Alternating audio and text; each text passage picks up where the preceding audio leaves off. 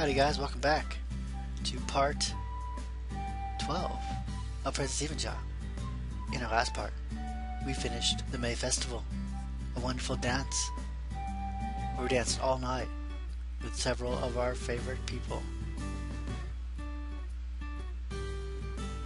So here we go. We are exhausted from our dancing because we danced all night.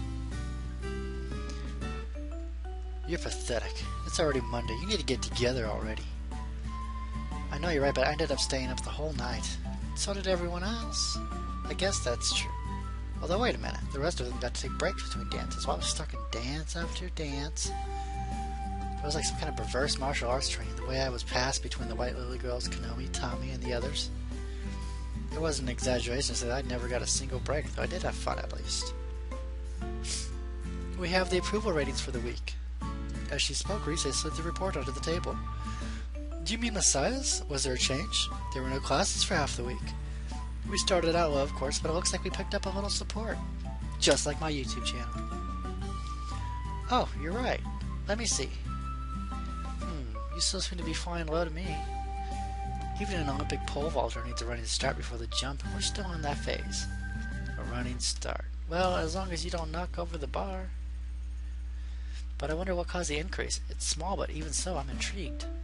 The ever-serious Ritsuko narrowed her eyes at the results. I wonder, perhaps, the others were simply mesmerized by Masai's graceful dancing. Yeah, I'm sure that was it. Graceful? Really? I just mean that for your first time, you improved greatly throughout the night. That is true. You've always been pretty good at physical stuff. Do you really think improving at dancing would lead to an increase in support? Does seem rather unlikely. I wonder if it might be this. Rise produced another piece of paper. Ah, La Mode Quotidienne. Why would something like that increase attention to our serpent approval rating? What do you mean? He did save you, after all. That cherry tree was really quite tall. You could have hurt yourself very badly if you'd hit the ground from that height. Ugh, that's true, I suppose. I guess there were some people who were really impressed by the article. I guess that's it. You have it all wrong. Konomi was trembling, her face scarlet. None of you understand. It's how I felt in that moment. How did you feel in that moment? Well, I felt as if he used some kind of sorcery on me. Do you really believe in sorcery? Konomi, if we have the wrong impressions, then please stop talking nonsense and explain the matter concretely. Concretely. It felt like there was a baby forming inside of me. Oh, Konomi, so naive, like a child. Anyway, Oni-san, I'm so sorry. About what? It's my fault that Masai's approval rating has increased. Yeah, we're all hanging out together. I keep forgetting that we're like mortal enemies with these other people here. Konomi, Vincennes has already accepted this sample. We cannot change that. Really? Treat me like I'm some kind of experiment. Which means that if we are to follow the spirit of the exercise, then we must work to fathom the sample's Messiah's true colors. Thus, the most important thing is not to oppose him blindly, but to search for those true colors. Right. Therefore, you have no need to apologize. Messiah will show his true colors, and the others may approve, or perhaps they will not. Either way, the responsibility belongs to Messiah and not to you. Right. Konomi must have really hated me. Not even her own Isama's words could get her to accept it. She's right. The agreement came from an unexpected source. I turned my eyes towards her. The righteous thing to do is to find out who he truly is. That's exactly right. You're as wise as ever, Belly Pine. I'm glad I entrusted you with our society's leadership. Ah, yes. Speaking of which, Rise, there's something I've been wanting to ask you. The White Lily Society hasn't been able to get any new affiliates. Why would you think about inviting Ayaka? Ayaka, huh? I thought it was a good idea, personally, but Rise didn't seem enthused by it. But why? At the dance party, she came off as a pretty friendly person. I thought it might be worth a try to invite her. Rise turned her eyes to Ritsuko uncertainly. I wonder why it bothers her so much. Furthermore, it was unusual for Rise to be so evasive. My sister has a little interest in such things. Even if you invited her, it is unlikely that she would accept. I see. I guess it's no good then. May 10th, Tuesday. The next day after class, I opened my shoebox, only to let out a noise of surprise. I clapped a hand over my mouth and took a look around. Thank goodness no one was watching me. There was a reason for my shock, of course. There was a letter in my shoebox. My. The heart-shaped seal. The no-doubt perfume-scented envelope. I wonder what this could be. I swallowed it and reached out quietly. Then reached out and quietly took out the envelope. I turned it over quickly. It was just Okanogi Messiah. Sama means it's from someone younger, I guess. My mind was in a haze, but I could figure out that much. Then I looked at the back. It was sealed with a sticker, the color and shape of which drew my attention. It was a pink heart. It was. There could be no question. In my entire life, I had never received a love letter. Never received any nice mail either. The only thing I ever got were demand mails from collectors. There was also that damn Dear John letter from my old man. That's the kind of thing I got. So this is a love letter. It was such a change from my past that my heart fluttered with joy. Even my hands were trembling. I realized I had to go somewhere else in a hurry. I quickly stashed under my uniform and began an awkward walk back to the dorm. I didn't even make it outside when I felt a tap on my shoulder. My whole body went stiff. Rachel, get out of the way! Messiah, whatever is the matter? You seem a bit slashed for some reason. Oh, yeah, my stomach hurts a little, that's all. My, how terrible. Phew. Perhaps you should visit the nurse's office. I could accompany you if you wish. No, it's fine. I know where it is. Very well. Bye-bye. Messiah, there's no nurse's office outside the school building. Yeah, there is. I'm a guy. I have a special nurse. Just go away, please. Okay. Riko said something, but I ignored her and rushed outside. I wished like a whirlwind through the crowds of elegantly strong maidens of Vincennes, heading back to the dorm. There was no actual need to rush, but I just couldn't wait. I wanted to read it. That was all I could think about.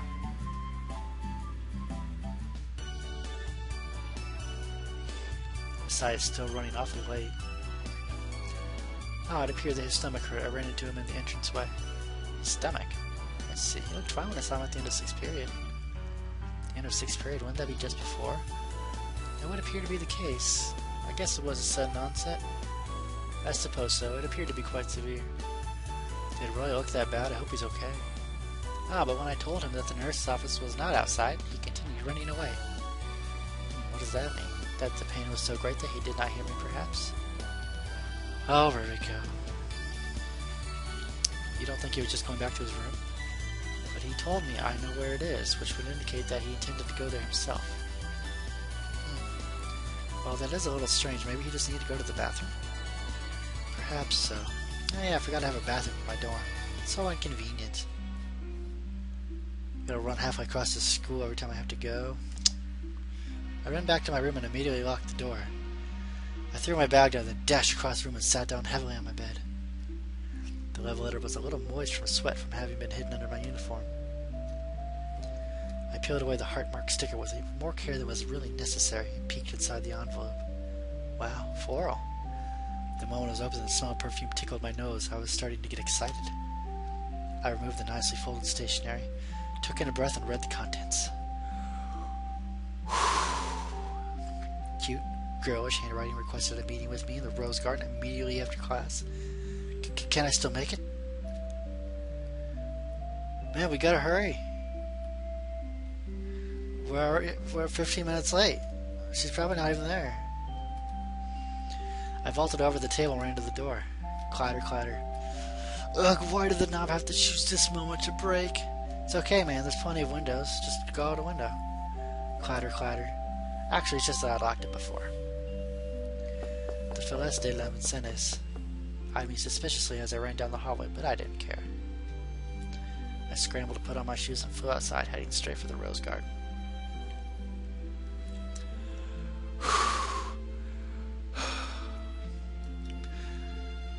She's not here. There were people there, of course. This was where students came to relax. But there was no one who seemed to be waiting for anyone, or who paid special attention to me when I arrived. Oh, we missed her. I clutched at my head and writhed in agony. Eek, what is he doing? Does he have a headache? The letter has said immediately after class, which meant that I had to arrive 15 minutes late. The ladies of Vincennes were almost certainly not used to this kind of thing. I pulled out the love letter for one last try, but the sender didn't emerge, which meant that I had been dumped. I withdrew quietly and threw myself off a cliff. Man, that guy's getting all emo all of a sudden. I don't know if I like this turn of events. At least that's what I felt like doing. Oh, there he goes again. It's awfully unsettling. Oh God, what have I done? I was joking about throwing myself off a cliff, but the truth was I had done wrong by that girl. The poor woman was waiting in agony for 15 minutes in the rain, even though it's not really raining out in the screen, but imagine that it's raining in the game. And I felt bad for myself too after she went through all the trouble to confess like that. Sigh. If only I'd just opened that letter the moment I found it. I took another rueful glance around me. That was strange. All the students had disappeared. I guess I'll go home. That was depressing. Oh. Oh, look who it is. You really are cute, Messiah. Oh, look, she sang that one too. Little musical note at the end there. We got our own theme song, guys. That's awesome. It is the 11th of May.